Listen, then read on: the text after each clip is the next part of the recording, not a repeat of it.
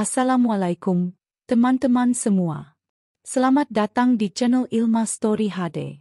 Tempatnya cerita-cerita penuh makna dan inspirasi.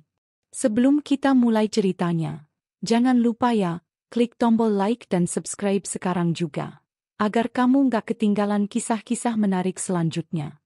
Semoga yang like dan subscribe selalu diberi kesehatan, dimudahkan rezekinya, dan hidupnya penuh berkah. Amin. Dan yuk, absen dulu di kolom komentar. Tulis kamu nonton dari daerah mana. Biar kita tahu, Ilma Story HD ditonton dari seluruh penjuru Indonesia, bahkan dunia. Kalau sudah siap, ini dia kisahnya. Hujan turun perlahan sore itu. Rintiknya halus, tidak deras, namun cukup untuk membasahi daun-daun yang menari perlahan dihembus angin. Langit di atas hutan itu berwarna kelabu, burung-burung enggan terbang, dan kabut tipis menggantung rendah di antara pepohonan tinggi yang menjulang. Di sudut paling sunyi dari hutan yang tak bernama itu, hiduplah seorang nenek tua bernama Nyi Saroh. Seorang perempuan yang telah lama memilih menjauh dari hiruk-pikuk dunia, menetap di sebuah gubuk kecil yang ia bangun sendiri dari kayu-kayu kering dan anyaman bambu. Nyi Saroh bukan siapa-siapa. Ia bukan tabib terkenal, bukan juga pertapa sakti. Ia hanyalah wanita tua yang setiap pagi menyapu halaman dengan sapu lidi, menumbuk singkong untuk sarapan, dan merawat kebun kecil berisi tanaman obat serta sayur mayur. Kehidupannya damai, tenang, dan tak banyak berubah selama bertahun-tahun. Baginya, hutan bukan tempat asing, melainkan sahabat. Rusa-rusa kecil sering bermain di dekat gubuknya. Monyet-monyet hutan menggantung di dahan sambil mengintip iseng. Dan suara serangga adalah lagu tidur yang ia nikmati setiap malam. Namun sore itu, sesuatu yang tak biasa mengusik ketenangan hutan. Di antara suara rintik hujan dan desir angin, terdengar suara tangisan. Tangisan bayi. Awalnya samar. Nyi Saroh yang sedang menggantungkan kayu bakar di bawah kolong dapur sempat mengira itu hanya suara burung elang atau dahan yang patah ditiup angin. Tapi suara itu terus terdengar, pelan, lalu makin jelas. Suara tangisan lirih, pecah dan memilukan, seolah datang dari dasar bumi. Nyi Saroh langsung berdiri. Meski tubuhnya sudah renta, pendengarannya masih tajam. Ia mengambil payung daun talas yang biasa ia gunakan, lalu perlahan menyusuri jalan setapak menuju arah suara itu berasal. Langkahnya mantap walau kakinya berumur. Di hutan ini, setiap akar, batu, dan semak telah menjadi bagian dari hidupnya. Langkahnya membawanya ke bawah sebuah pohon beringin besar, pohon tertua di hutan itu. Di sanalah ia melihat sesuatu yang membuat hatinya tercekat. Di balik akar-akar besar yang menjulur ke tanah, dibungkus kain lusuh yang sudah basah kuyup, tergolek seorang bayi mungil. Kulitnya pucat, tubuhnya menggigil, dan suaranya serak karena terus menangis. Tanpa berpikir panjang, Nyi Saroh berlutut dan mengangkat bayi itu ke dalam dekapannya. Tangannya gemetar, bukan karena takut, tapi karena hati tuanya dihantam rasa iba yang begitu dalam. Ya Allah, siapa yang tega meninggalkanmu di sini, Nak? Bisiknya lirih. Suaranya gemetar menahan tangis. Bayi itu perlahan berhenti menangis saat merasakan hangat tubuh nenek itu. Nyi Saroh segera membungkus bayi itu dengan kain tambahan dari selendangnya, lalu berjalan cepat kembali ke gubuk sambil memeluknya erat. Hujan belum juga reda, namun tubuh tua Nyi Saroh tak peduli basah.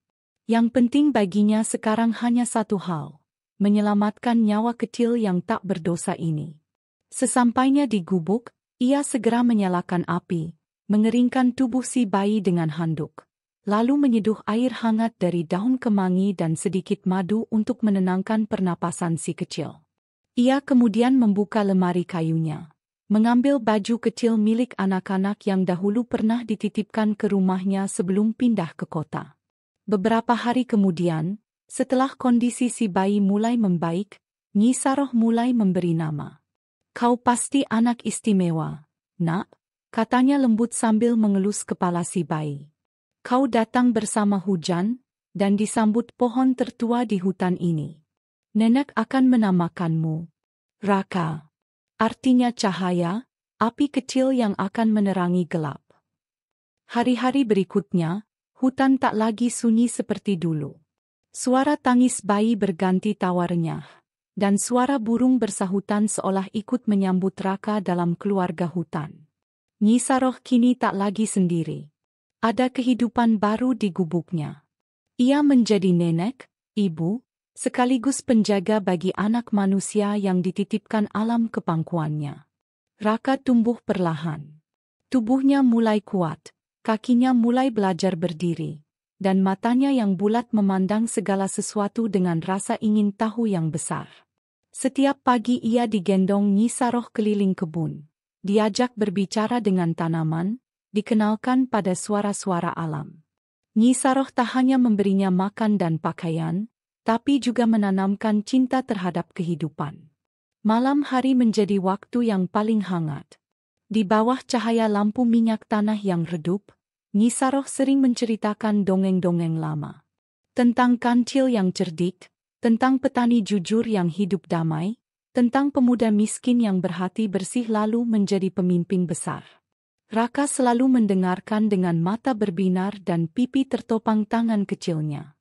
Raka, ujar Nyi Saroh suatu malam, hidup ini bukan tentang seberapa banyak harta yang kau punya, tapi seberapa tulus kau bisa berbagi.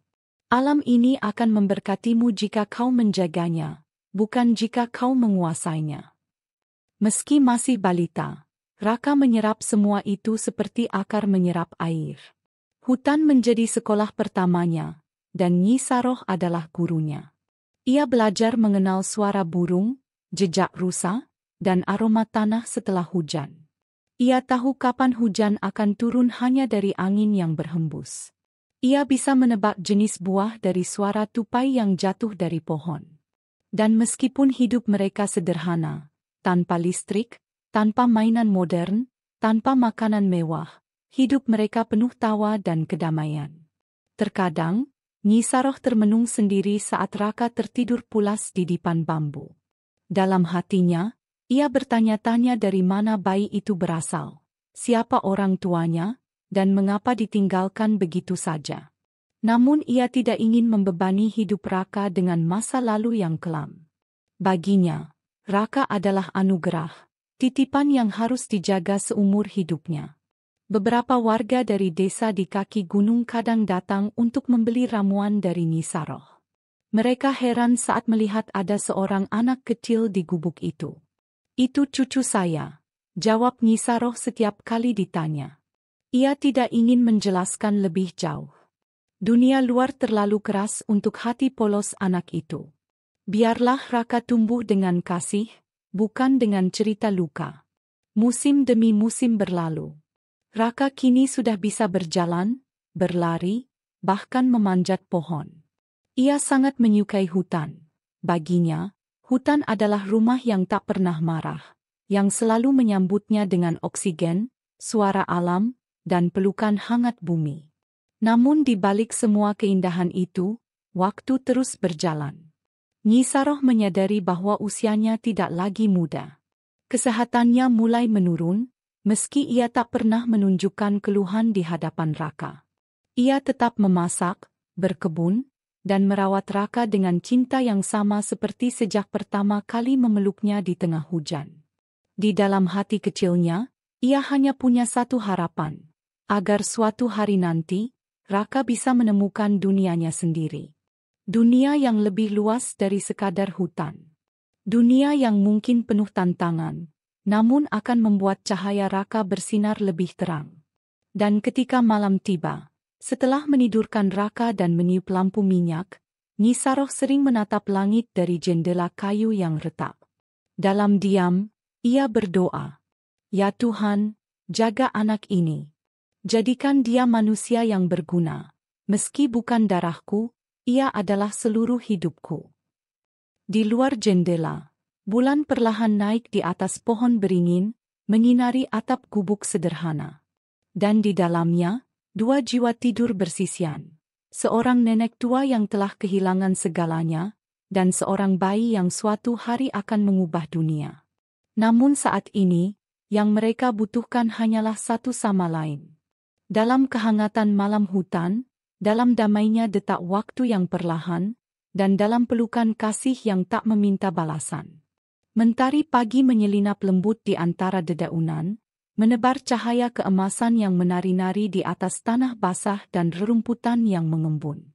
Kabut tipis masih melayang di ujung pohon pinus, dan suara burung bersahut-sahutan menjadi alunan simfoni alam yang membangunkan Raka kecil dari tidurnya. Di dalam gubuk kecil beratapkan daun kelapa dan berdinding bambu itu, kehidupan sederhana berjalan dengan kehangatan yang tak pernah putus. Setiap pagi, Nyi Saroh selalu membangunkan Raka dengan belayan halus di pipinya, diikuti dengan sapaan lembut. "Bangun, nak. Waktu fajar adalah waktu yang baik untuk belajar dari alam." Raka yang baru berusia 5 tahun selalu menyambut hari dengan semangat. Matanya berbinar melihat dunia, meskipun dunianya hanya sebatas kebun kecil, hutan yang luas, dan neneknya yang menjadi segalanya. Ia tidak mengenal mainan mahal, tidak tahu apa itu ponsel atau televisi.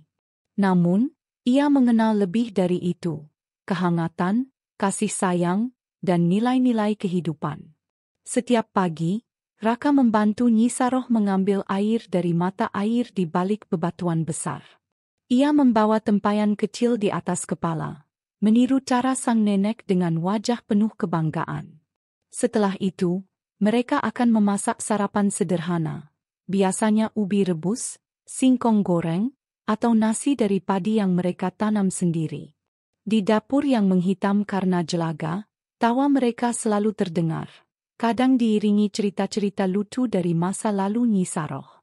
"Nenek dulu pernah dikejar babi hutan saat memetik jamur," ujar Nyi Saroh suatu pagi sambil memotong daun singkong. "Lalu, nenek lari?" tanya Raka penasaran. "Bukan." Nenek malah balik mengejarnya, karena ternyata itu babi yang suka curi pisang di kebun. Hahaha. Raka tertawa lebar. Di wajahnya tergambar betapa ia sangat mencintai wanita tua itu. Tak ada tempat lain di dunia ini yang lebih nyaman daripada duduk di pangkuan sang nenek sambil mendengarkan dongeng. Selain cerita lucu, Nyi Saroh juga kerap menanamkan nilai-nilai kehidupan. Ia bercerita tentang kejujuran, kesederhanaan, tentang pentingnya menepati janji dan menjaga alam. Ia tidak pernah memaksa Raka menghafal ayat atau peribahasa, tapi menuntunnya lewat contoh. Misalnya, saat seekor burung kecil tersangkut di jaring ikan, Nyi Saroh menunjukkan cara melepaskannya dengan sabar. "Kau tahu, Raka," katanya, "burung ini tak pernah berniat mencuri. Ia hanya lapar. Kalau kita beri makan, ia akan terbang bahagia. Tapi kalau kita sakiti, ia akan menderita. Sama seperti manusia, bukan?" Raka mengangguk, menyimpan kalimat itu jauh dalam hatinya. Hari-hari mereka dipenuhi rutinitas yang tak pernah membosankan.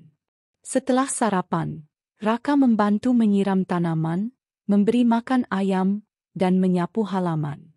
Kadang mereka berjalan lebih jauh ke hutan untuk mencari jamur, daun kayu manis, atau madu hutan.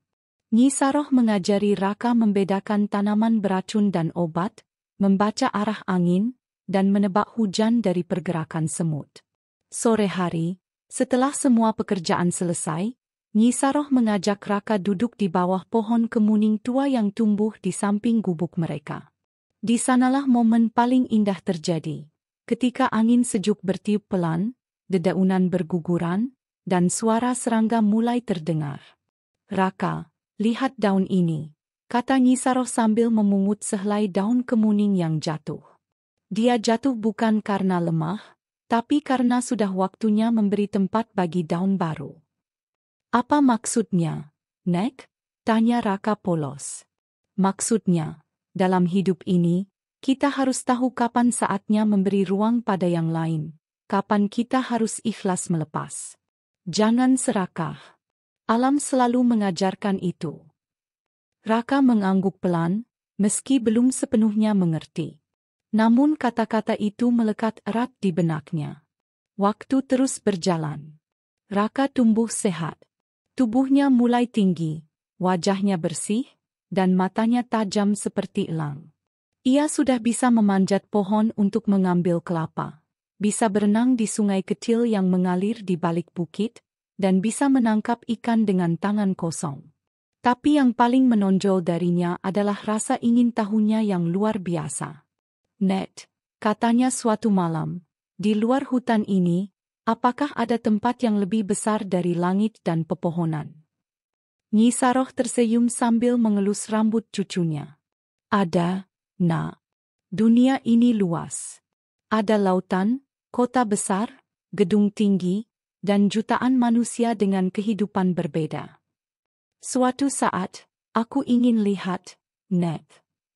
"Dan suatu saat, kau harus lihat," jawab Nyi Saroh. "Tapi sebelum ke sana, kau harus siap. Dunia luar tak seindah hutan ini.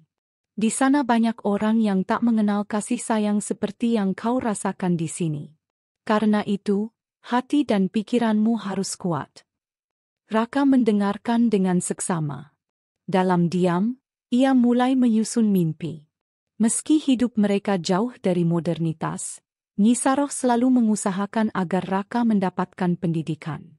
Ia menulis huruf-huruf di atas tanah dengan tongkat kayu, mengajari Raka membaca lewat daun lontar yang ia simpan sejak muda, dan mengajarkan berhitung lewat batu-batu kecil yang disusun di atas tikar pandan. Raka menangkap semua pelajaran itu dengan cepat. Ia menyukai belajar, tak pernah malas. Ia bahkan menciptakan mainan sendiri dari bahan-bahan hutan, kapal dari kulit kayu, mobil dari biji mahoni, dan layang-layang dari daun lebar yang dikeringkan. Ia tak hanya bermain, tapi berpikir, memodifikasi, dan memperbaiki mainannya sendiri. Melihat itu, Nyi Saroh merasa lega. Anak ini bukan anak biasa, batinnya. Ia lahir untuk hal besar. Namun, dalam keheningan malam, Nyi Saroh kadang duduk sendiri menatap langit. Rasa khawatir tetap ada di hatinya. Raka tumbuh dengan cepat, dan suatu saat pasti akan pergi. Ia hanya bisa berdoa agar cucunya itu tetap membawa hati hutan kemanapun ia melangkah. Suatu hari, saat usia Raka menginjak 9 tahun, hujan deras mengguyur hutan selama 3 hari berturut-turut. Sungai meluap, pohon tumbang, dan tanah menjadi becek. Di tengah suasana itu, seekor anak rusa terjebak di semak berduri, tak bisa bergerak. Raka yang melihat kejadian itu segera berlari, menerobos hujan dan lumpur untuk menolong. Ia mengangkat semak dengan tenaga kecilnya, mengelus rusa yang ketakutan, dan dengan hati-hati membebaskannya. Rusa kecil itu lalu menatapnya sejenak, sebelum melompat pergi ke arah hutan. Nyi Saroh yang melihat dari jauh hanya bisa terdiam. Di matanya, Raka telah tumbuh menjadi manusia sejati, yang tidak hanya kuat secara fisik, tapi juga penuh empati. "Kelak, kau akan menjadi pelindung bagi banyak jiwa, Nak," bisiknya dalam hati. Dan memang itulah yang terjadi. Namun pada saat itu, mereka belum tahu bahwa perjalanan panjang sedang menanti. Dunia luar sedang menunggu seorang bocah hutan yang tak tahu apa-apa tentang kota, tapi tahu segalanya tentang cinta, kejujuran, dan kebijaksanaan dari alam.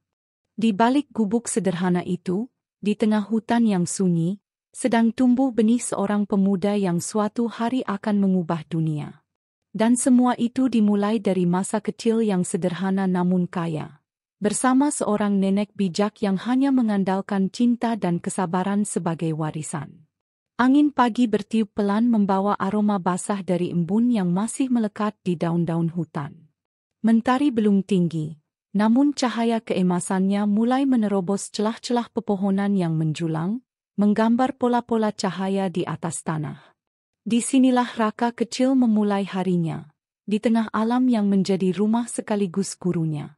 Kini usianya menginjak 10 tahun. Tubuhnya semakin tegap, Langkahnya mantap menapaki jalan setapak yang hanya dikenal oleh mereka yang tinggal dan hidup bersama alam.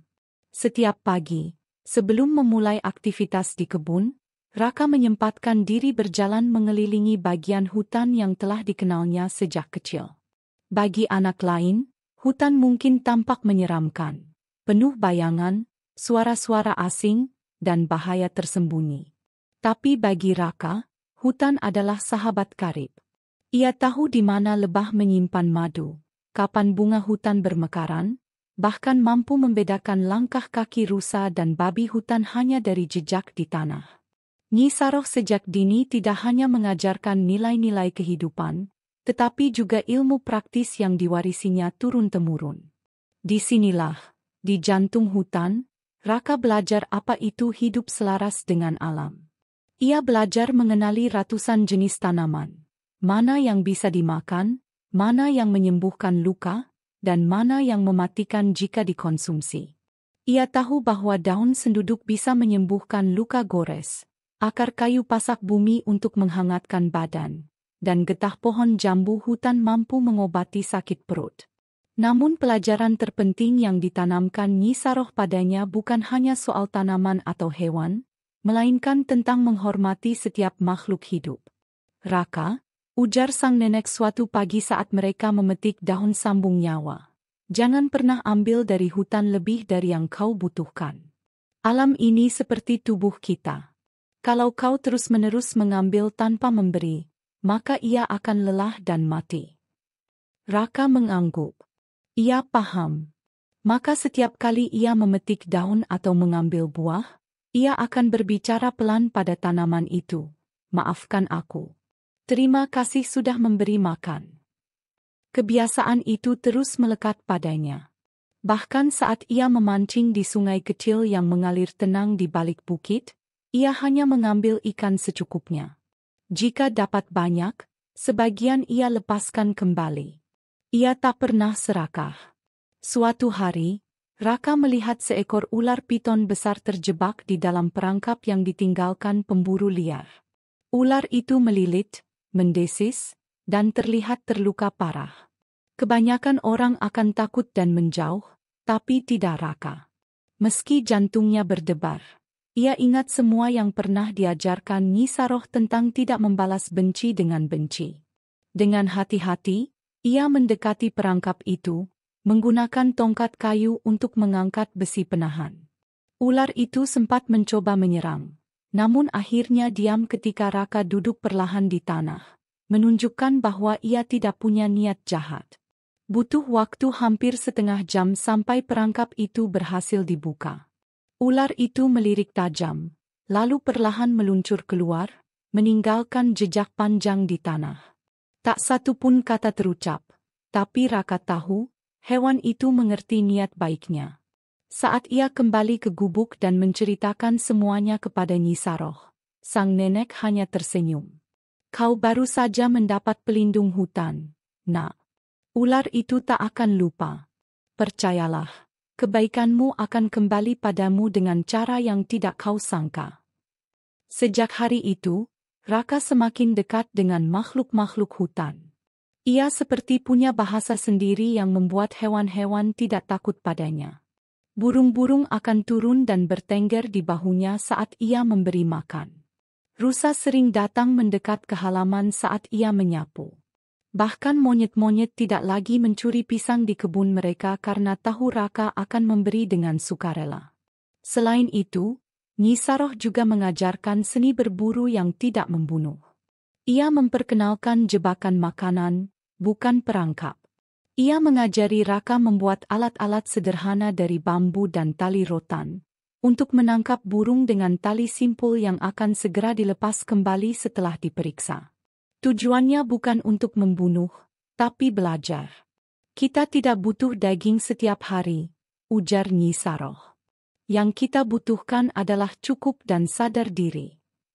Raka menyerap semua itu. Ia bukan hanya tumbuh sebagai anak hutan yang kuat, tetapi juga sebagai manusia yang bijak. Tak seperti anak-anak di kota yang belajar dari papan tulis dan guru berseragam, Raka belajar dari tetesan embun, dari jejak kaki di tanah, dari bisikan angin yang berhembus di sela pepohonan. Setiap malam, sebelum tidur, ia menulis semua yang ia pelajari di atas daun lontar atau potongan kayu dengan arang. Tulisan itu kadang berupa nama tanaman, kadang berupa cerita atau pemikirannya sendiri. Ia menciptakan semacam buku kehidupan hutan yang tersimpan di dalam peti kayu buatan Nyi Saroh. Tahun demi tahun berlalu. Raka semakin besar, dan hutan seolah menyiapkan dia untuk sesuatu yang lebih dari sekadar bertahan hidup. Ia mulai berpikir jauh. Kenapa manusia di luar hutan tak hidup seperti ini? Mengapa mereka merusak, menebang, membakar, padahal di sini semua bisa tumbuh berdampingan? Pertanyaan-pertanyaan itu tumbuh bersamaan dengan tubuhnya yang mulai beranjak remaja. Ia ingin tahu lebih banyak. Ingin mengenal dunia.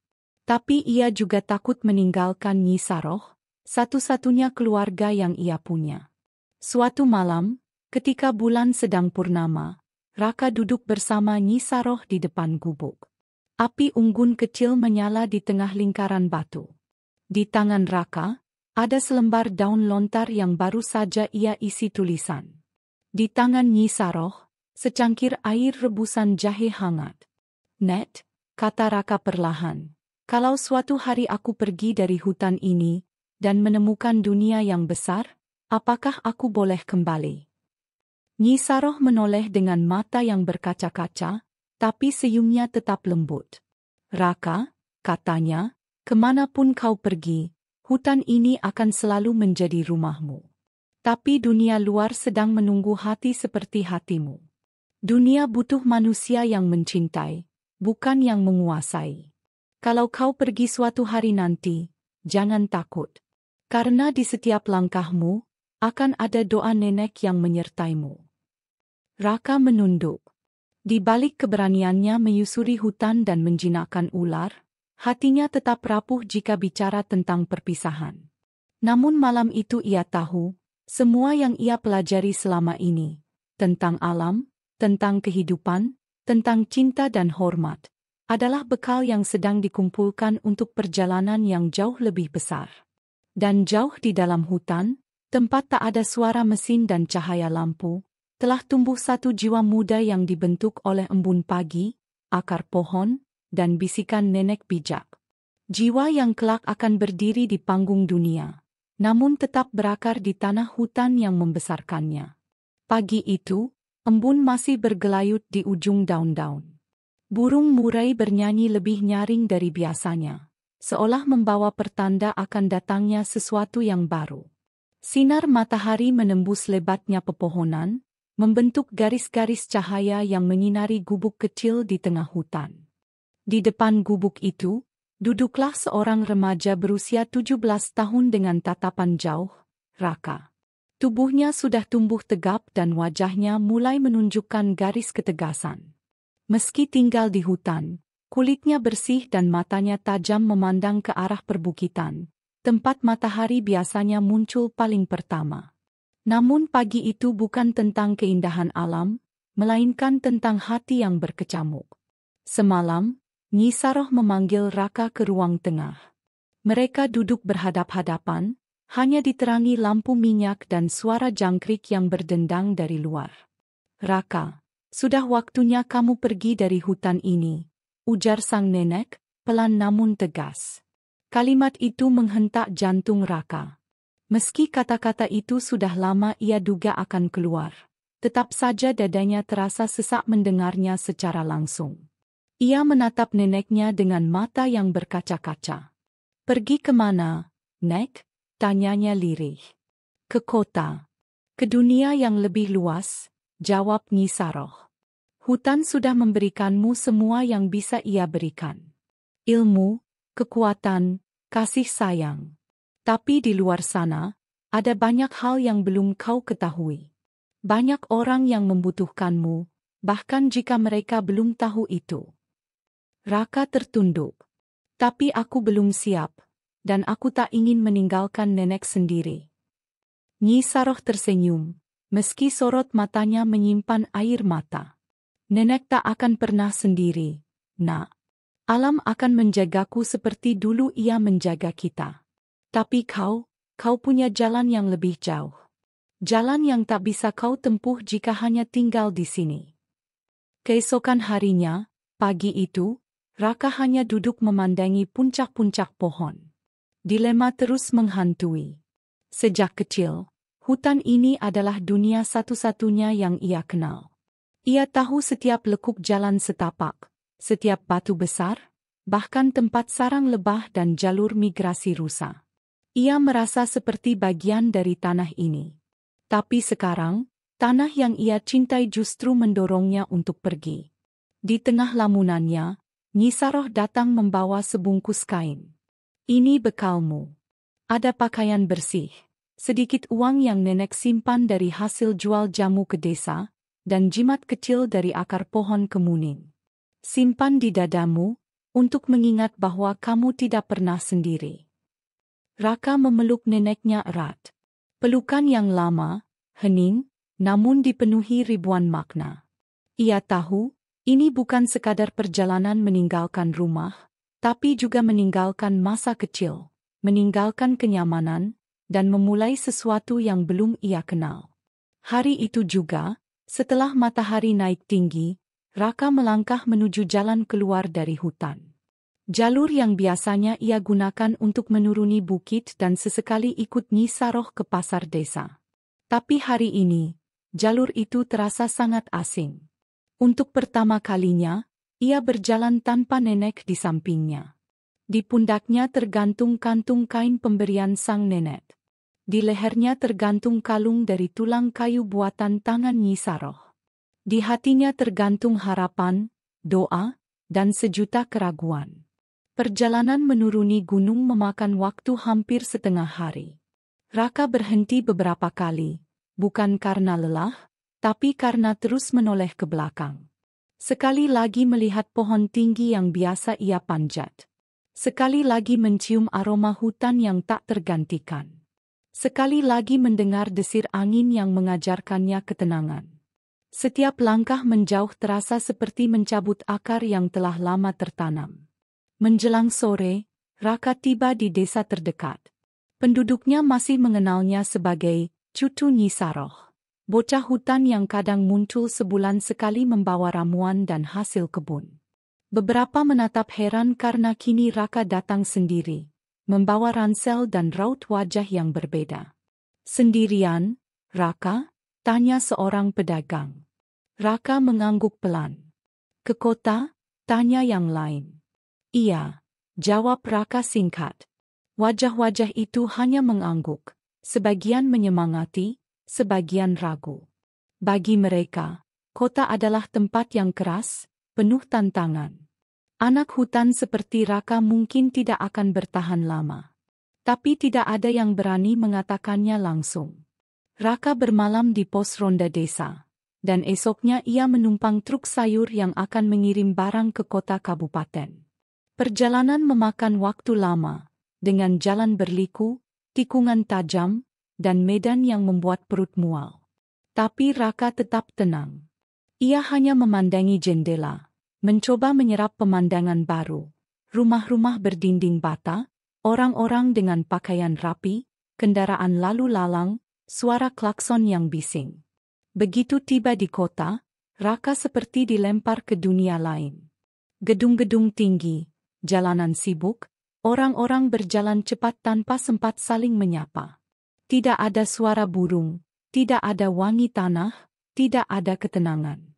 Ia berjalan perlahan di trotoar, masih mengenakan baju sederhana dari kain tenun dan sandal tali rotan. Orang-orang menoleh aneh, beberapa menghindar, bahkan ada yang mencibir. Hei, dari kampung mana tuh bocah? Lihat deh, kayak mau ngamen. Tapi Raka tetap berjalan.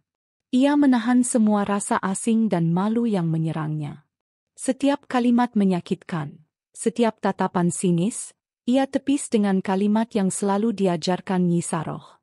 Nilai manusia bukan dari bajunya, tapi dari pikirannya dan hatinya. Namun hari itu benar-benar berat. Ia tidak tahu kemana harus pergi. Tidak punya alamat tujuan. Tidak punya saudara. Sore mulai berganti malam. Hujan tipis turun. Ia berteduh di bawah jembatan layang, memeluk tas kainnya. Dan untuk pertama kalinya sejak meninggalkan hutan, air matanya jatuh. Tapi bahkan saat menangis, ia tidak menyalahkan siapa-siapa. Ia tidak menyesali keputusannya. Ia hanya berkata dalam hati, "Nenek, aku akan bertahan. Apapun yang terjadi, aku akan tetap jadi Raka yang kau didik." Malam itu, ia tidur di lantai dingin beralaskan kardus bekas. Namun di dalam hatinya, api kecil menyala. Api yang dulu dinyalakan oleh kasih sayang neneknya. Api yang akan membawanya melewati kegelapan. Dan siapa sangka, dari tempat kotor dan sepi itulah, kisah luar biasa Raka akan benar-benar dimulai. Matahari belum sempurna muncul ketika Raka membuka mata dari tidur yang tidak nyenyak. Angin dingin menusuk tulang, dan tubuhnya menggigil karena semalaman hanya bersandar di dinding jembatan layang beralas kardus bekas.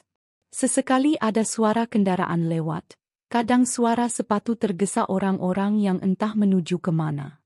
Raka duduk perlahan, menggosok kedua tangannya untuk mengusir dingin, lalu melihat ke sekeliling. Sisa plastik bekas makanan berserakan di tanah, aroma amis dan bau got tercium samar. Tapi semua itu bukan hal yang membuat dadanya sesak. Yang paling terasa adalah kesepian. Di tengah keramaian kota, ia merasa seperti makhluk asing yang tak punya nama, tak punya arah, tak punya siapa-siapa. Ia bangkit perlahan dan berjalan menuju tepi jalan besar. Lampu-lampu kota mulai padam satu persatu, digantikan oleh sinar mentari pagi yang masih malu-malu. Raka menyusuri trotoar, berusaha mencari tempat yang bisa memberinya harapan. Perutnya keroncongan. Sejak kemarin pagi, ia hanya makan satu ketela rebus yang dibawa dari hutan. Kini tak ada lagi yang tersisa. Kantong bajunya hanya berisi beberapa lembar uang kecil pemberian nenek. Tapi ia tahu, itu harus dihemat. Ia tidak tahu berapa lama ia akan hidup seperti ini. Di perempatan, Raka melihat warung kecil menjual nasi bungkus. Ia mendekat, menatap dari kejauhan. Aroma nasi dan lauk pauk membuat air liurnya menetes. Tapi ia ragu. Harga di papan menu tampak terlalu mahal baginya.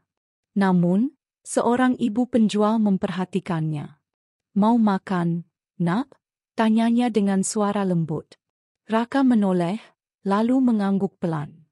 "Tapi, saya tak punya cukup uang." Sang ibu tersenyum dan langsung menyodorkan satu bungkus nasi.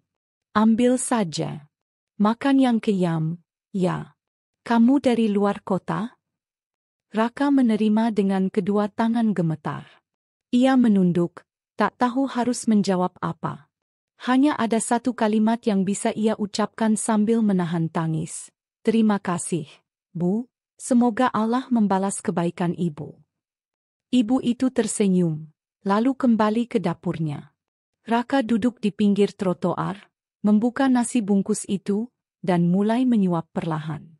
Setiap butir nasi seolah menjadi semangat baru. Ia makan pelan-pelan, seperti menghargai setiap suapannya.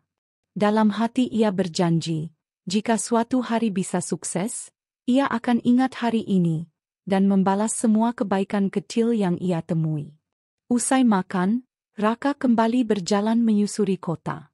Ia tak punya tujuan, hanya mengikuti kemana kaki membawanya. Ia sempat masuk ke sebuah taman kota.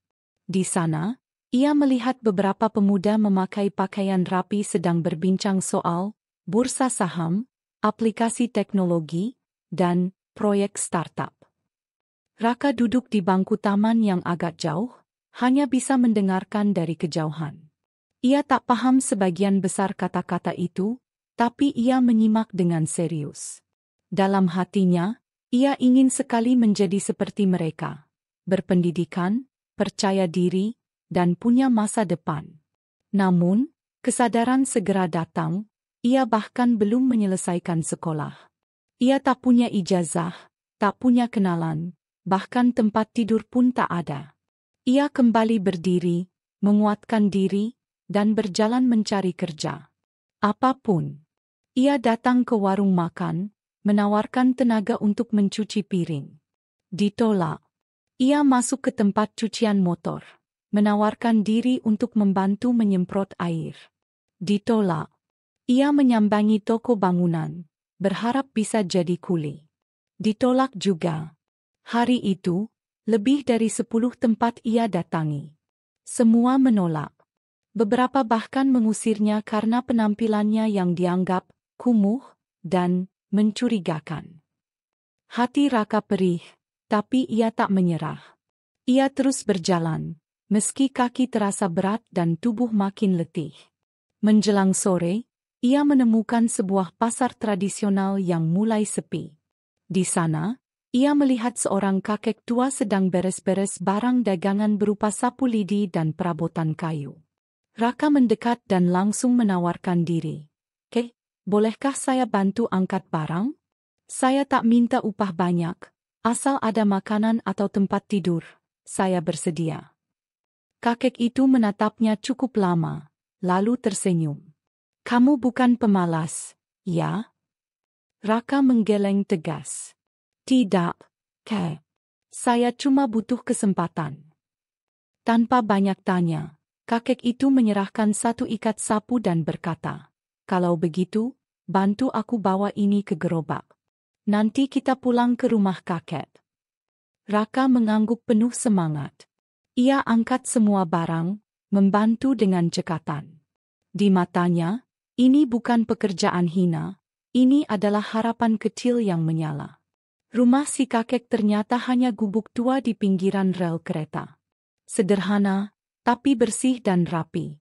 Di dalamnya, ada tikar pandan, rak buku kecil, dan dapur dari batu bata. Kakek itu memperkenalkan diri, namanya Mbah Kalim, seorang penjual keliling yang hidup sendiri sejak istrinya wafat. Hari-hari berikutnya, Raka tinggal bersama Mbah Kalim. Ia belajar banyak hal, cara berdagang, cara berinteraksi dengan pelanggan, bahkan cara membuat sapu lidi dan alat rumah tangga dari kayu.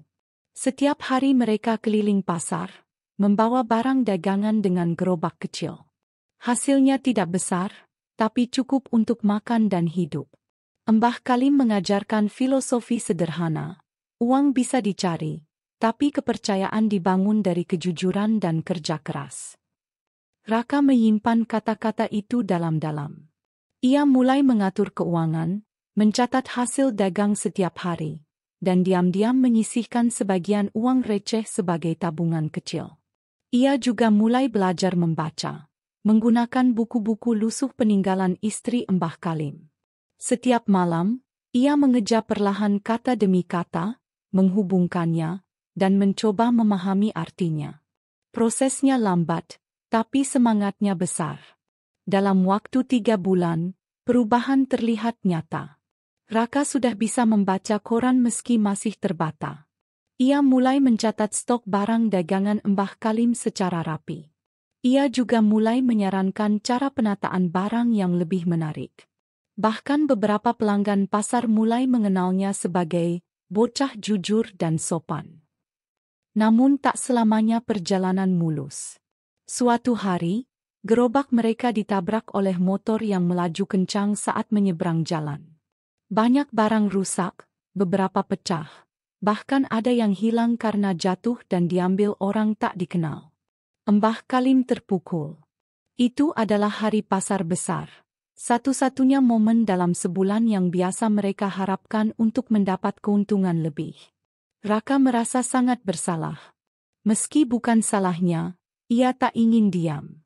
Maka malam itu, setelah Mbah Kalim tidur, Raka diam-diam menyusuri pasar malam dan menawarkan jasa angkut barang pada pedagang-pedagang yang masih beres-beres. Ia bekerja hingga lewat tengah malam, memanggul karung, menata barang, dan memunguti sampah yang berserakan. Hasilnya, tak seberapa, tapi cukup untuk mengganti sebagian kerugian dagang tadi siang. Keesokan paginya, ia serahkan uang itu pada Mbah Kalim sambil berkata, "Maafkan saya, Kek. Saya akan bantu bangkitkan lagi gerobak kita. Mbah Kalim hanya memeluknya erat. Di usianya yang senja, belum pernah ia merasa sebegitu disayangi oleh seorang anak muda yang bahkan bukan darah dagingnya. Dalam hatinya, ia tahu, anak ini, kelak akan jadi orang besar. Dan memang benar. Disinilah titik balik Raka mulai muncul. Dari bocah yang tersesat di tengah kota, dari yang pernah tidur di bawah jembatan, kini ia mulai meniti tangga, langkah demi langkah, perlahan tapi pasti, menuju takdir besar yang sudah menantinya. Langit siang di kota terasa begitu terik. Aspal memantulkan panas matahari seperti uap dari neraka kecil. Di antara ribuan kaki yang lalu lalang di trotoar, Raka berjalan pelan, memanggul karung kosong yang biasa ia gunakan untuk mengumpulkan barang bekas. Hari itu, tidak seperti biasanya, ia merasa lebih lelah dari hari-hari sebelumnya. Perutnya yang belum terisi sejak pagi mulai perih, tapi ia tetap melangkah, mencoba bersabar seperti yang selalu diajarkan neneknya dulu. Saat melintas di sebuah gang sempit dekat kawasan pertokoan tua, Raka mendengar suara benda jatuh disertai keluhan lirih. Ia menoleh dan melihat seorang kakek tergeletak di pinggir jalan. Tampak kesulitan bangkit sambil memegang pergelangan kakinya yang tampaknya terkilir. Tanpa berpikir panjang, Raka segera berlari mendekat dan membantu kakek itu duduk di bangku kecil dekat pintu toko. "Pak, Bapak tidak apa-apa?"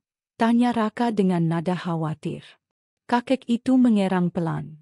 Tergelintir, lantainya licin. "Ah, terima kasih, Nak." Raka memeriksa pergelangan kaki kakek itu. Meskipun ia bukan tabib, ia cukup paham cara meredakan bengkak dengan bahan alami berkat pelajaran dari sang nenek. Ia segera mencari air dingin dari warung dekat situ dan meminta sehelai kain bersih dari pemilik toko. "Apa kamu tinggal di sekitar sini?" tanya si kakek kemudian, sembari mengusap keringat di dahinya. Raka menggeleng pelan. "Saya tidak punya tempat tinggal tetap, Pak. Tidur di tempat yang bisa saya temukan saja setiap malam." Mendengar itu, si kakek tampak terkejut. "Tapi kamu terlihat sopan dan cepat tanggap. Tidak seperti anak-anak kota zaman sekarang." Raka hanya tersenyum kecil. Ia tidak merasa istimewa, hanya merasa bahwa berbuat baik adalah kewajiban siapapun yang masih punya hati. Melihat ketulusan di mata Raka, si kakek pun menepuk pundaknya dan berkata, "Namaku Pak Dharma. Aku pemilik toko buku tua ini. Kalau kamu tak keberatan, kamu boleh tinggal di belakang tokoku. Ada kamar kecil yang tak dipakai. Sebagai balasan atas kebaikanmu hari ini." Raka sempat ragu, namun melihat senyum tulus di wajah Pak Dharma, ia mengangguk pelan. Malam itu, untuk pertama kalinya setelah berbulan-bulan tidur di bawah kolong jembatan dan emperan toko, Raka merasakan tidur di dalam ruangan. Meski hanya di atas tikar tipis, tapi kehangatan yang ia rasakan malam itu tak bisa ditukar dengan apapun. Hari-hari berikutnya menjadi titik balik hidup Raka. Toko buku Pak Dharma adalah bangunan tua bergaya kolonial. Dindingnya dipenuhi rak-rak kayu tinggi berisi ratusan bahkan ribuan buku. Kebanyakan buku itu sudah lusuh, namun nilai yang dikandungnya tak ternilai. Pak Dharma yang mulai renta tak lagi mampu mengelola toko seaktif dulu. Ia lebih banyak duduk sambil membaca. Sementara Raka dengan senang hati membantu membereskan rak, menyapu lantai, dan merapikan buku-buku yang tertumpuk. Suatu hari, Pak Dharma memergoki Raka membaca buku tebal berjudul Filosofi Teknologi dan Alam. Wajahnya tampak terkejut. "Kamu suka membaca buku-buku serius seperti itu?" Raka menunduk malu. "Saya hanya penasaran, Pak. Banyak kata-kata yang saya belum mengerti, tapi saya coba pelajari satu persatu." Pak Dharma tersenyum, matanya berbinar. "Raka, dunia bisa berubah karena orang-orang seperti kamu, yang haus pengetahuan meski tak punya apa-apa. Kau tahu, Banyak orang kaya di luar sana tak pernah menyentuh buku seumur hidupnya. Sejak hari itu, Pak Dharma mulai mengajari Raka membaca buku-buku penting. Ia mengenalkan Raka pada filsafat, sains, ekonomi, pertanian modern, bahkan sejarah dunia. Raka menyerap semua itu dengan kecepatan dan minat luar biasa. Ia mencatat setiap istilah baru, mendiskusikan makna bab demi bab dengan Pak Dharma, dan mempraktikkan logika berpikir dalam kehidupan sehari-hari. Di sela membaca, Raka sering merenung di belakang toko, di antara pot-pot tanaman herbal yang ditanam Pak Dharma. Ia teringat kembali akan cara neneknya menanam di hutan. Ia mulai membandingkan teknik bercocok tanam tradisional dengan konsep modern yang ia baca di buku. Satu malam, sambil menatap langit dari loteng toko, Raka berkata pelan, "Pak, kenapa tidak ada yang menggabungkan cara bercocok tanam seperti nenek saya dulu dengan teknologi masa kini? Sederhana tapi efisien, dan tidak merusak alam." Pak Dharma tertegun mendengar ucapan itu. Ia menatap Raka lama, sebelum akhirnya tersenyum lebar. "Raka, kamu baru saja menemukan sesuatu yang bisa mengubah dunia." Ucapan itu melekat dalam benak Raka. Ia mulai menulis ide-ide yang berseliweran di kepalanya. Sistem pertanian sederhana berbasis digital, menggunakan sensor cuaca, pemetaan tanah alami, dan pengaturan air berbasis kebutuhan tanaman. Semua itu terinspirasi dari kenangan masa kecilnya di hutan, dikombinasikan dengan ilmu yang ia pelajari dari buku-buku Pak Dharma. Setiap hari, Raka mencatat lebih banyak, menggambar skema, dan membandingkan teori dari berbagai sumber. Ia mulai percaya bahwa ide ini bukan sekadar mimpi, tapi sesuatu yang bisa ia wujudkan. Namun ia sadar, untuk mewujudkannya, ia harus melangkah lebih jauh lagi, keluar dari zona nyaman, meninggalkan toko buku, dan menghadapi dunia nyata dengan segala tantangannya. Suatu sore, ia duduk di samping Pak Dharma yang sedang membaca koran di teras depan. "Pak, saya ingin mencoba mewujudkan ide ini," kata Raka lirih. Pak Dharma menatapnya penuh kebanggaan. "Maka pergilah, Raka. Bawa semua ilmu yang telah kau serap, dan gunakan dengan hati. Jangan pernah lupakan dari mana kamu berasal." Malam itu, Raka mengemas sedikit barang miliknya. Beberapa buku catatan, sketsa ide pertanian digital, dan sehelai foto neneknya yang sudah mulai pudar. Ia memeluk Pak Dharma erat, lalu melangkah keluar ke dunia yang tak lagi asing, tapi masih penuh tantangan. Langkah Raka mungkin kecil, namun tekad di dadanya membentang luas. Ia tahu jalannya tidak mudah. Namun ia percaya bahwa semua yang telah ia pelajari akan menjadi bekal untuk menapaki kehidupan berikutnya.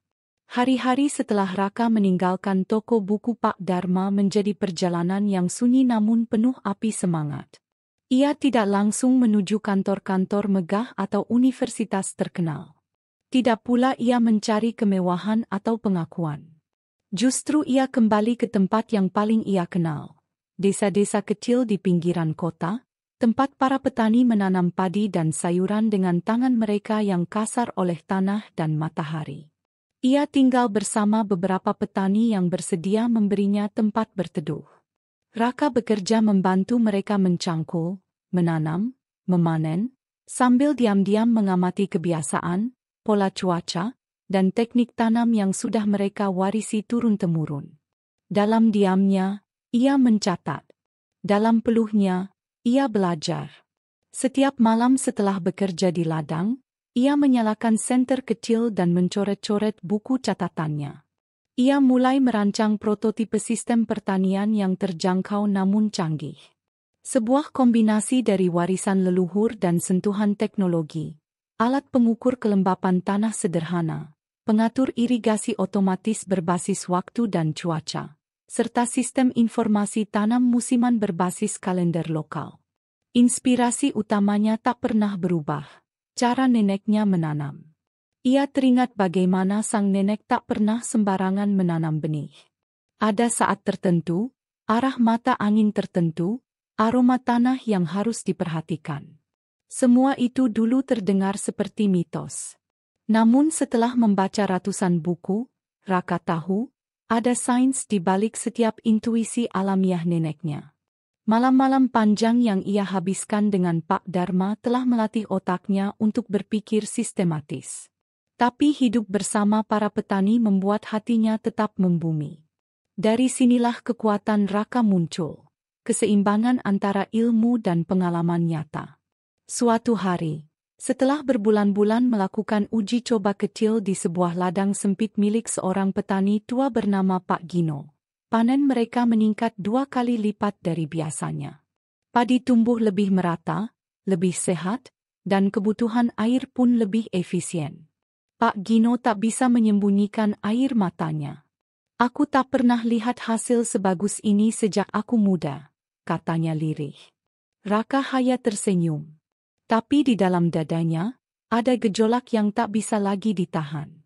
Ia tahu, inilah saatnya. Ia harus menyebarkan sistem ini lebih luas. Ia harus mengembangkan ide ini menjadi sesuatu yang bisa diakses banyak orang. Bukan hanya untuk satu desa, tapi untuk seluruh negeri, bahkan dunia. Ia mulai menyusun proposal sederhana. Ia menamai sistem itu Tani Terang. Sistem pertanian berbasis data sederhana yang bisa digunakan siapapun tanpa perlu sekolah tinggi atau alat mahal. Dalam benaknya, ia membayangkan sebuah aplikasi seluler sederhana, modul solar panel kecil, sensor tanah, dan panduan tanam yang disesuaikan dengan lingkungan setempat. Ia menggabungkan semuanya dalam satu dokumen. Sebuah presentasi singkat namun padat. Tapi, meskipun idenya brilian, ia segera sadar. Dunia tidak semudah itu menerima seseorang seperti dirinya. Dengan penuh harap, Raka mulai mencari kesempatan bertemu dengan investor, komunitas startup, bahkan inkubator bisnis. Ia berulang kali berjalan kaki puluhan kilometer ke kota, menghadiri seminar, membagikan proposalnya pada siapa saja yang mau membaca. Namun penampilannya yang lusuh, wajahnya yang terlihat seperti anak jalanan, serta bicaranya yang polos seringkali membuatnya ditolak bahkan sebelum ia bicara panjang. "Maaf, kami hanya melayani yang punya janji," kata seorang resepsionis dengan tatapan sinis, melihat sandal jepit yang Raka kenakan. Di tempat lain, seorang pengusaha muda yang membacanya sebentar hanya tertawa. "Teknologi pertanian? Ide kamu bagus, tapi siapa yang akan percaya pada anak kampung sepertimu?" Meski hatinya sakit, Raka tak menyerah. Ia terus belajar dari penolakan itu. Ia memperbaiki presentasinya, mencetak proposalnya lebih rapi, bahkan mulai merekam video pendek tentang cara kerja alat-alatnya. Ia sadar bahwa tidak semua orang bisa melihat potensi, tapi jika ia terus berjalan, pasti ada yang akan melihat sinarnya. Ia memutuskan untuk tidak lagi menunggu pengakuan dari investor besar. Ia kembali ke desa-desa. Ia mengumpulkan beberapa petani muda yang tertarik mencoba sesuatu yang baru. Dengan alat-alat sederhana dan komponen bekas dari pasar loak, Raka mulai membangun sistemnya satu demi satu. Ia mendirikan kelompok kecil bernama Tani Terang Bersama, sebuah komunitas swadaya yang tidak bergantung pada bantuan pemerintah atau modal besar. Mereka mengandalkan gotong royong, semangat, dan teknologi sederhana yang Raka ciptakan sendiri. Hari-hari berlalu dengan kerja keras, siang malam tanpa henti. Mereka menguji perangkat mereka di berbagai jenis lahan, mencatat hasil, memperbaiki kelemahan. Raka sendiri sering tidur di lumbung padi atau di saung tengah sawah sambil menggambar ulang skemanya. Dan pada musim tanam berikutnya, hasilnya tak terbantahkan. Panen di desa tempat mereka melakukan uji coba meningkat drastis. Air yang biasanya boros bisa dihemat hingga 40%. Tanaman tumbuh lebih sehat tanpa pestisida berlebih. Petani menjadi lebih percaya diri, dan mulai menyebarkan cerita tentang anak muda dari kota yang pernah jadi gelandangan, tapi menciptakan alat ajaib untuk bertani. Raka mulai mendokumentasikan semua proses ini dalam bentuk video dan tulisan. Ia mengunggahnya ke internet lewat warnet desa. Tak ia duga, dalam hitungan minggu, video-videonya mulai menyebar. Orang-orang mulai mengenalnya sebagai pemuda yang merancang sistem pertanian digital ramah lingkungan tanpa latar pendidikan formal. Ia tidak memakai jas, tidak menggunakan istilah yang rumit. Ia hanya duduk di tanah, dengan laptop tua dan sensor buatan tangan, menjelaskan sistemnya dengan cara yang bisa dipahami semua orang. Dan untuk pertama kalinya, dunia mulai mendengarkan. Walau video-video Raka mulai mendapatkan perhatian di media sosial, tak sedikit pula komentar sinis yang datang. Cuma sensasi. Anak kampung bisa apa? Paling-paling cuma numpang viral, nanti juga hilang. Kalau benar hebat, kenapa nggak kerja di perusahaan teknologi besar? Komentar-komentar itu menusuk. Tapi bagi Raka, kritik bukanlah hal baru. Ia sudah terbiasa dianggap remeh, sudah biasa ditolak bahkan sebelum dipersilakan bicara. Bahkan, ketika ia menawarkan kerjasama kepada beberapa koperasi petani dan toko alat pertanian besar, ia hanya disambut senyum dingin dan tatapan penuh keraguan. Terima kasih atas idenya, tapi petani kita belum siap untuk yang serumit ini, kata seorang ketua koperasi sambil mengembalikan proposal Raka tanpa membacanya habis. Yang paling menyakitkan adalah ketika salah satu penyelenggara acara wirausaha sosial menolak presentasinya secara terang-terangan hanya karena Raka tidak mengenakan pakaian formal. Kita butuh calon pemimpin yang bisa tampil profesional. Maaf, ini bukan tempatnya untuk kamu. Namun dari semua penolakan itu, Raka justru semakin menguatkan tekad. Ia bukan orang yang hidup untuk pengakuan. Ia hanya ingin perubahan nyata, bagi petani, bagi desa, bagi tanah tempat neneknya dulu menanam harapan. Dengan sisa uang dari hasil membantu panen di desa, Raka membeli komponen elektronik bekas. Ia merakit sensor kelembaban tanah dari logam bekas dan kabel tua. Ia menyolder papan sirkuit dengan hati-hati di bawah cahaya lampu minyak. Kadang, tangannya melepuh karena panas. Tapi semangatnya tak pernah padam. Ia mengumpulkan 5 orang petani muda yang masih mau mencoba. Mereka percaya bukan karena ijazah Raka, tapi karena hasil nyata yang sudah mereka lihat di sawah Pak Gino. Mas Raka, kalau kita gagal pun gak masalah. Tapi kami mau nyoba lagi, kata Wanto, pemuda desa yang baru putus sekolah namun berani bermimpi besar. Dengan tim kecil ini, Raka kembali memulai dari nol. Mereka membentuk semacam pelatihan keliling dari desa ke desa. Di setiap tempat, Raka mengajarkan cara membaca kelembaban tanah, mengenali pola cuaca lokal, serta menggunakan alat-alat buatan sendiri itu. Ia membuat modul pelatihan dalam bahasa yang sangat sederhana, bergambar, bahkan kadang memakai boneka dari jerami untuk menjelaskan. Ia tahu, edukasi harus membumi agar bisa diterima akar rumput. Lambat laun, metode Raka mulai menyebar. Hasil panen membaik. Air tak lagi mubazir. Pestisida mulai dikurangi karena tanaman menjadi lebih kuat secara alami. Suatu hari, seorang petani dari desa terpencil bernama Pak Wiryo memeluk Raka sambil meneteskan air mata. Anak-anakku bisa sekolah karena panen tahun ini, Nak. Terima kasih, ucapnya dengan suara parau. Momen itu lebih berharga dari semua penghargaan. Lebih indah dari semua investasi. Raka menyadari, inilah kemenangan sejatinya.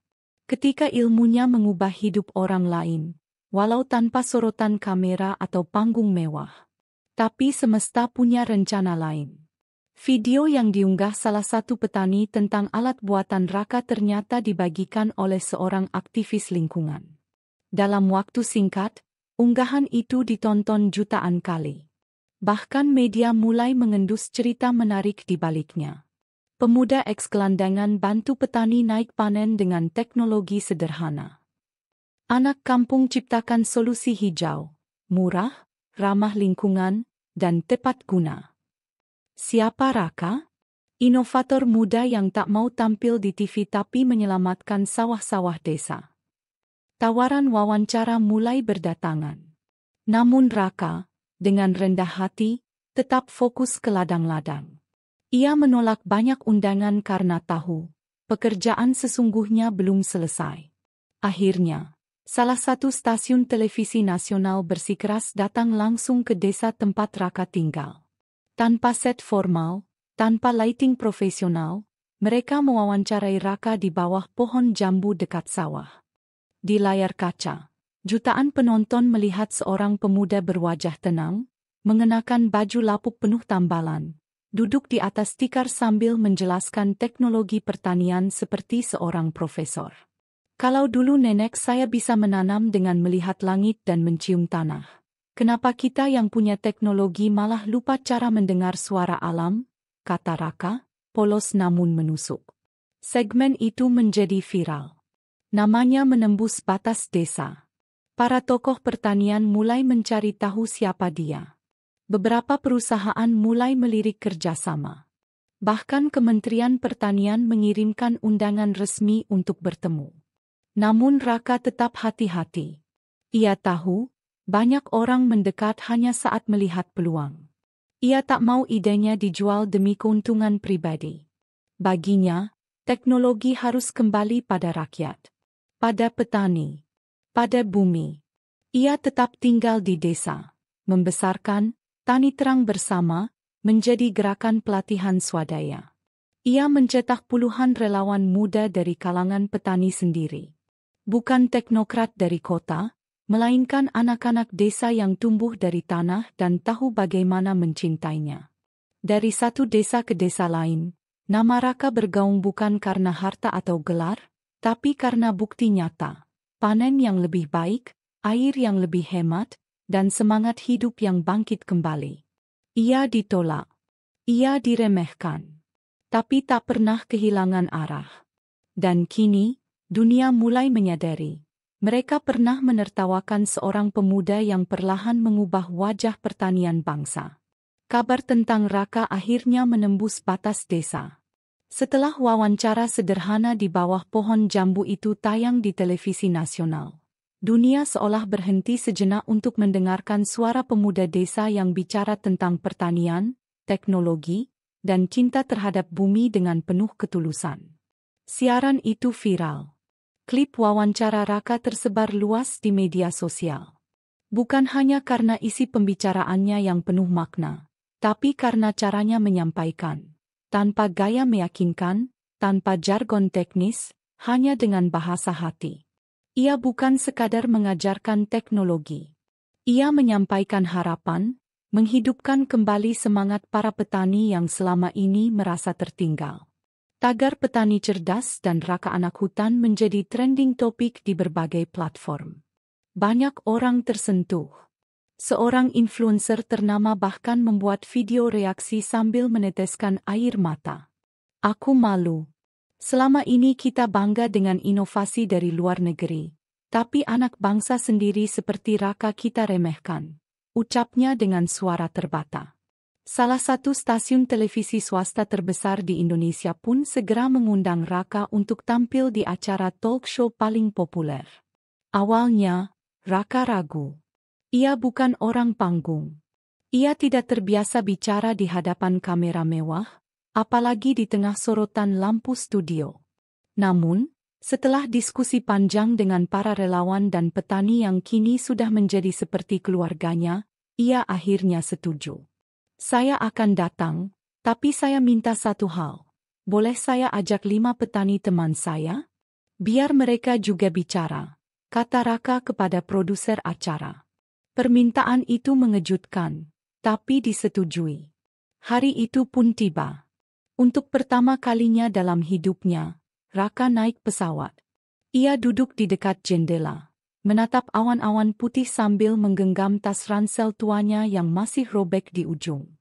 Di dalam tas itu, ada buku catatan yang diberi pemilik toko buku tua dan sebuah foto neneknya yang mulai pudar. Tiba di studio, Raka mengenakan baju batik sederhana yang dipinjamkan oleh staf acara.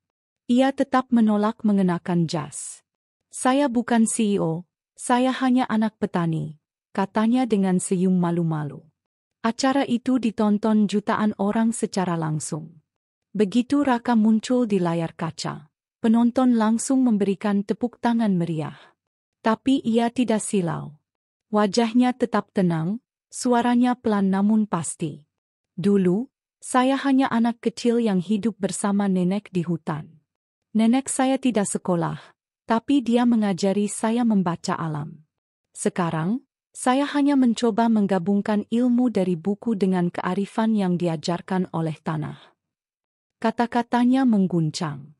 Bahkan pembawa acara yang terkenal tajam dan sering memotong narasumber, malam itu justru terdiam lama, hanya mengangguk dan menahan air mata. Para petani yang ia ajak, Wanto, Pak Gino, dan 2 ibu-ibu dari desa, menceritakan bagaimana hidup mereka berubah karena pendekatan teknologi Raka yang sederhana namun efektif.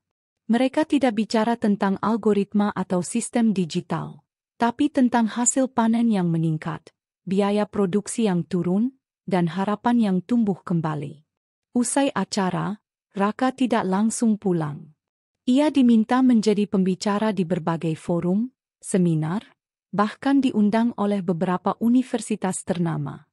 Banyak yang ingin tahu lebih dalam tentang sistem pertanian cerdas berbasis alam yang ia kembangkan. Tapi Raka menolak banyak tawaran itu.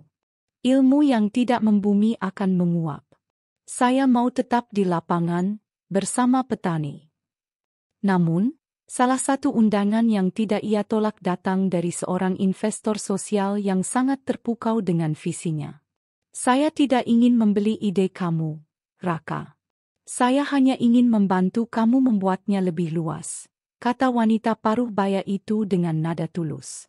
Dari sana, lahirlah kolaborasi untuk memperluas pelatihan ke puluhan desa. Raka membentuk lembaga kecil bernama Akademi Bumi Rimba, tempat anak-anak muda belajar pertanian berbasis teknologi yang bersahabat dengan alam.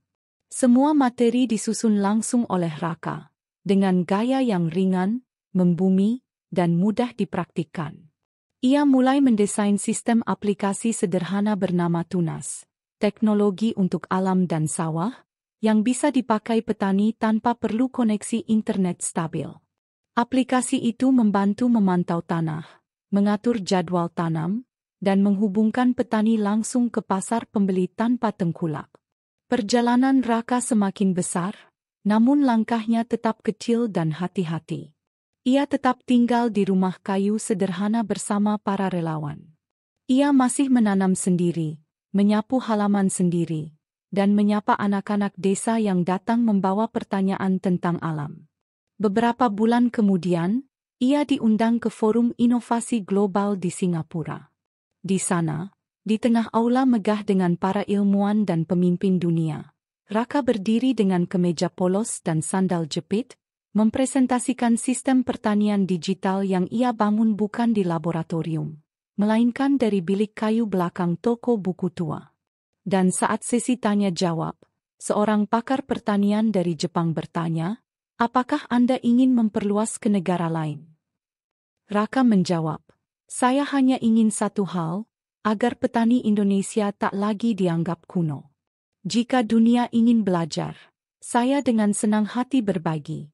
Tapi rumah saya tetap di tanah tempat saya tumbuh." Malam itu, ketika pulang ke penginapan, ia membuka jendela dan menatap langit. "Nek," gumamnya pelan, "cucu Nek sudah mulai bikin perubahan. Tapi hati ini tetap milik hutan kecil tempat kita dulu bercocok tanam." Dan dari jauh, seolah ada angin lembut membawa harum daun kemangi liar. Aroma yang selalu mengingatkannya pada pelukan nenek di tengah hutan.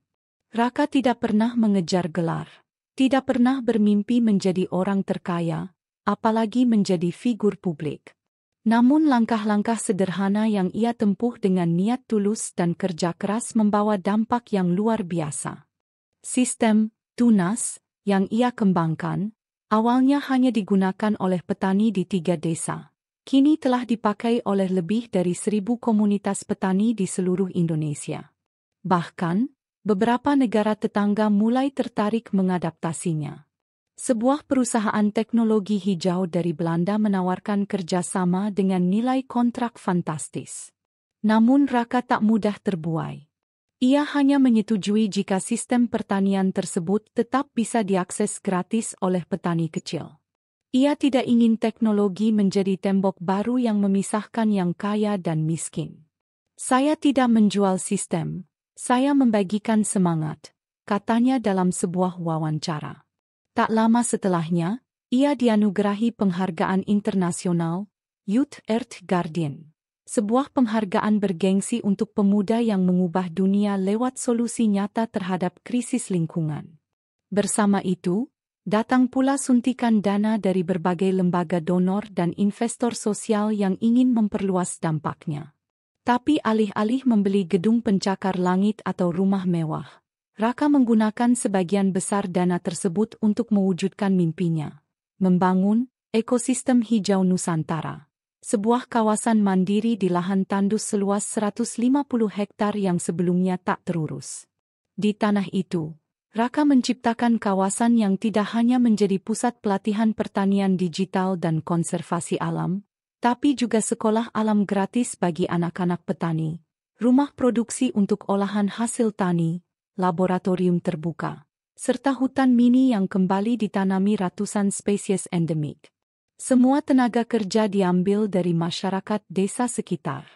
Ia melibatkan warga, bukan sekadar sebagai pekerja, tapi sebagai pemilik masa depan. Di setiap sudut kawasan, ada papan-papan kecil bertuliskan kutipan neneknya. Jangan cuma tanam untuk perutmu, tanamlah untuk anak cucumu. Nama kawasan itu adalah Bumi Rimba Sejahtera.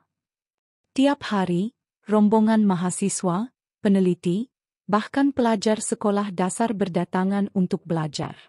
Mereka menyusuri sawah yang dipantau dengan drone, mengamati kelembaban tanah lewat sensor buatan lokal, hingga belajar menyemai benih sambil mendengar dongeng dari para petani tua.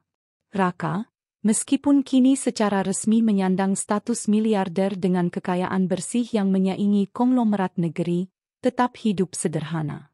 Ia masih menyeduh kopi sendiri di dapur kecil, tidur di kamar kayu yang dipenuhi buku dan tanaman pot, serta menolak memiliki sopir pribadi. Bahkan mobilnya hanya sebuah kendaraan listrik bekas yang ia beli bukan karena tren, tapi karena ramah lingkungan. Wawancara demi wawancara ia hadiri bukan untuk promosi, tapi untuk mengedukasi. Setiap rupiah yang datang kepadanya selalu kembali ke bumi, kembali ke petani. Kalau saya beli jam tangan mahal, siapa yang senang? Tapi kalau saya belikan alat uji tanah untuk 100 petani, ratusan keluarga bisa makan dengan tenang, ucapnya ketika diwawancarai majalah bisnis internasional. Yang paling menyentuh, Raka tetap menyisihkan sebagian besar hasil usahanya untuk sebuah tabungan khusus, dana hutan ibu. Dana ini digunakan untuk konservasi hutan dan membantu para perempuan lansia di pelosok desa agar tidak hidup sendiri dan terabaikan. Ia mendirikan panti lansia ramah alam yang diberi nama Pelukan Rimba, sebagai penghormatan bagi sosok neneknya. Namun, di tengah segala keberhasilan itu, satu hal masih menggantung di hati Raka. Nenekku, di mana dia sekarang? Ia tak pernah melupakan wajah keriput dan suara lembut itu. Gubuk di tengah hutan yang menjadi saksi awal hidupnya, selalu hadir di mimpinya. Dan kerinduan itu tak bisa ditunda lebih lama. Di usia 28 tahun, dengan semua pencapaian dan kekayaan yang ia miliki, Raka memutuskan untuk kembali ke tempat segalanya bermula. Meski dunia menyebutnya miliarder, inovator, bahkan penyelamat petani, hati Raka tetaplah hati seorang cucu. Dan dalam hati seorang cucu, ada satu ruang yang tak tergantikan. Ruang yang diisi oleh sosok wanita tua yang mengajarinya menyemai benih dengan doa, menyapu lantai tanah dengan kasih sayang, dan menanam nilai hidup dalam setiap helai daun yang bergoyang. Suatu pagi yang tenang, Raka berdiri di depan gerbang kawasan Bumi Rimba Sejahtera. Ia mengenakan pakaian sederhana dan ransel kecil di punggung. Di tangannya hanya ada selembar foto lama. Foto dirinya kecil bersama sang nenek, duduk di depan gubuk reot yang dulu terasa seperti istana. Jangan cari ketenaran, Raka, kalau kamu bisa menanam kasih dan membuat orang lain tumbuh, itulah kekayaanmu. Kalimat terakhir dari sang nenek sebelum mereka berpisah, terus terngiang dalam benaknya. Ia kembali ke hutan itu sendirian. Tidak membawa rombongan. Tidak ada drone. Tidak ada kamera. Hanya dirinya dan keheningan alam yang sudah lama tak ia sentuh langsung. Langkahnya menapaki jalan setapak yang dulu ia hafal luar kepala, namun kini terasa asing. Pohon-pohon telah tumbuh liar. Semak belukar menutup jalan, dan suara burung-burung terdengar jauh berbeda. Setiap sudut hutan mengembalikan ingatan masa kecil, saat ia bermain di sungai dangkal, saat ia memanjat pohon jambu, dan saat sang nenek dengan sabar membersihkan luka di lututnya karena terjatuh. Air mata tak bisa ia tahan. Tangis itu bukan tangis duka, melainkan tangis rindu yang tak pernah benar-benar hilang. Setelah hampir setengah hari berjalan, Raka tiba di sebuah bukit kecil, tempat dulu berdiri gubuk tua yang menjadi rumah mereka. Tapi kini, gubuk itu telah rubuh. Yang tersisa hanya tiang bambu lapuk, selembar seng berkarat, dan beberapa peralatan dapur yang ditutupi lumut. Di dekat situ, terdapat bekas tungku yang masih menghitam, dan di atasnya sebongkah batu besar yang dulunya menjadi tempat duduk sang nenek ketika mengupas singkong. Raka berlutut di depan tungku itu. Ia menyentuh tanahnya, membiarkan jari-jarinya menggali sedikit demi sedikit. Bukan untuk mencari harta, tapi untuk mencari jejak. Dan saat itulah ia melihatnya. Sebuah kaleng tua tertutup kain lusuh. Dengan hati-hati, Raka membukanya.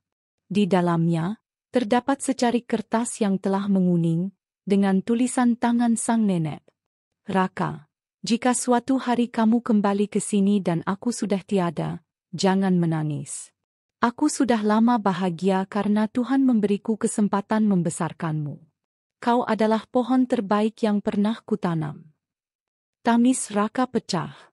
Ia meremas surat itu ke dadanya, berbaring di atas tanah yang dulu menjadi alas tidurnya, dan membiarkan air mata membasahi bumi.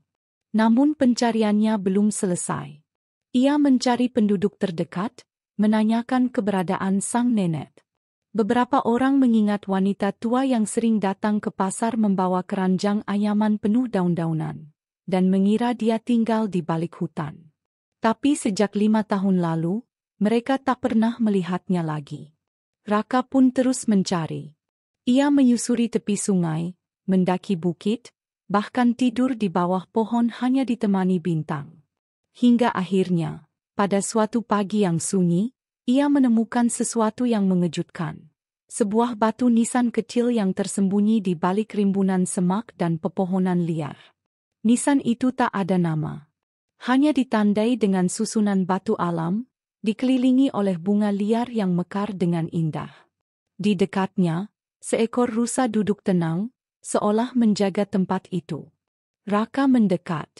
Di atas nisan, tertancap ranting kering dengan kalung anyaman dari serat alam yang sangat dikenalnya. Kalung yang dulu selalu dikenakan sang nenek. Air mata Raka kembali mengalir. Ia tahu, ia telah menemukan makam neneknya. Bukan di pemakaman mewah, bukan di batu granit berukir, tapi di pelukan hutan, tempat sang nenek ingin selalu berada. Ia duduk di sana selama berjam-jam. Tak berkata apa-apa. Hanya membiarkan angin menyampaikan semua perasaannya. Lalu, perlahan, ia membuka ranselnya dan mengeluarkan sekotak kayu kecil. Di dalamnya, ada segenggam tanah dari Bumi Rimba Sejahtera, simbol keberhasilannya. Ia menaburkan tanah itu di makam sang nenek, lalu berkata, "Semua yang aku bangun, semua yang orang puja, tak akan pernah ada tanpa cintamu. Engkaulah akar dari segalanya." Beberapa bulan setelah menemukan makam sang nenek yang tersembunyi di tengah hutan, Raka kembali lagi ke tempat itu. Namun kali ini, ia tidak datang sendiri. Bersamanya hadir sejumlah arsitek muda, aktivis lingkungan, dan tim kecil dari perusahaan miliknya. Tapi ia memberi satu syarat. Jangan menyentuh pohon yang sudah tumbuh. Jangan mengubah alam menjadi beton, dan jangan menyebut tempat ini dengan nama dirinya.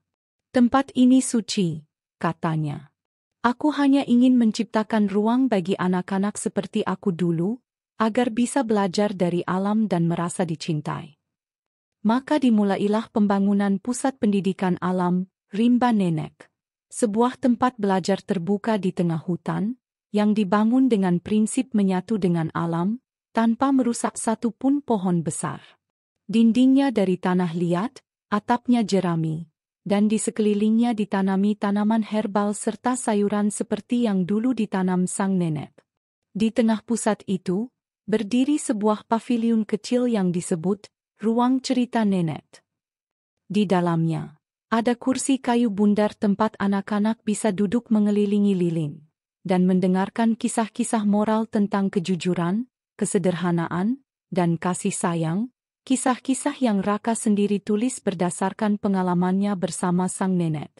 Tepat di sebelah barat paviliun, tidak jauh dari makam sang nenek, Raka membangun sebuah tugu kecil. Tugu itu bukan patung dirinya, bukan pula simbol kejayaannya. Hanya sebongkah batu besar dari sungai yang diukir sederhana. Untuk sang nenek, perempuan hutan yang menanam seorang miliarder. Hari peresmian tempat itu adalah hari yang sangat istimewa. Bukan karena banyak media hadir, tapi karena puluhan anak yatim dan anak-anak miskin dari pelosok desa datang ke sana dengan mata berbinar. Mereka bermain, belajar menanam, dan duduk membaca buku di bawah pohon. Beberapa dari mereka bertanya, siapa yang punya tempat ini? Dan Raka hanya tersenyum. Ia menunjuk ke arah gubuk tua yang telah direnovasi menjadi perpustakaan bambu, dan menjawab, tempat ini milik seorang nenek yang percaya bahwa cinta lebih kuat dari kemiskinan. Sore harinya, saat semua orang telah pulang, Raka berjalan sendirian ke makam neneknya. Ia membawa satu hal yang belum sempat ia serahkan. Sebuah medali penghargaan internasional yang baru saja ia terima sebagai inovator sosial dunia. Ia meletakkan medali itu di depan nisan, lalu duduk bersila. Untuk waktu yang lama, ia hanya diam. Lalu ia mulai berbicara dengan suara lirih. Semua orang memuji aku, Nek. Semua orang bilang aku luar biasa. Tapi yang mereka tak tahu, aku hanyalah cucu dari seorang nenek tua yang tidak pernah sekolah, tapi mengajariku pelajaran hidup lebih dari siapapun. Engkau mengajariku mencintai tanpa pamrih. Dan aku ingin hidup seperti itu selamanya. Angin sore berhembus pelan. Bunga liar di sekeliling nisan bergoyang pelan, seolah ikut mendengarkan. Seekor kupu-kupu putih mendarat di bahunya. Dan rusa kecil terlihat berlari melewati rerumputan, seolah alam pun ikut merayakan cinta yang tidak pernah mati. Di tengah hutan itu, di antara pohon-pohon tinggi dan suara burung sore, seorang miliarder muda duduk bersila dalam diam. Air matanya mengalir pelan, bukan karena sedih, tapi karena bahagia telah pulang ke asalnya, kepada cinta pertama yang menanamkan harapan di hatinya yang dulu kecil dan tak berarti. Raka menutup matanya. Dalam ketenangan hutan, ia seolah mendengar suara sang nenek, seperti bisikan daun. Aku bangga padamu, Raka. Dan aku tahu, kau tak akan pernah lupa dari mana kamu berasal. Sukses sejati bukan hanya tentang harta atau pujian dunia, tapi tentang bagaimana kita memberi makna pada hidup orang lain. Kadang, cinta paling murni datang dari tempat paling sederhana, dan dari sanalah benih besar kehidupan bisa tumbuh menjadi pohon harapan untuk banyak jiwa. Jika kamu pernah merasa kecil, tak berarti, atau ditinggalkan dunia, ingatlah, bisa jadi ada seseorang di balik layar yang diam-diam mencintaimu dengan tulus. Dan cinta itu bisa mengubah segalanya.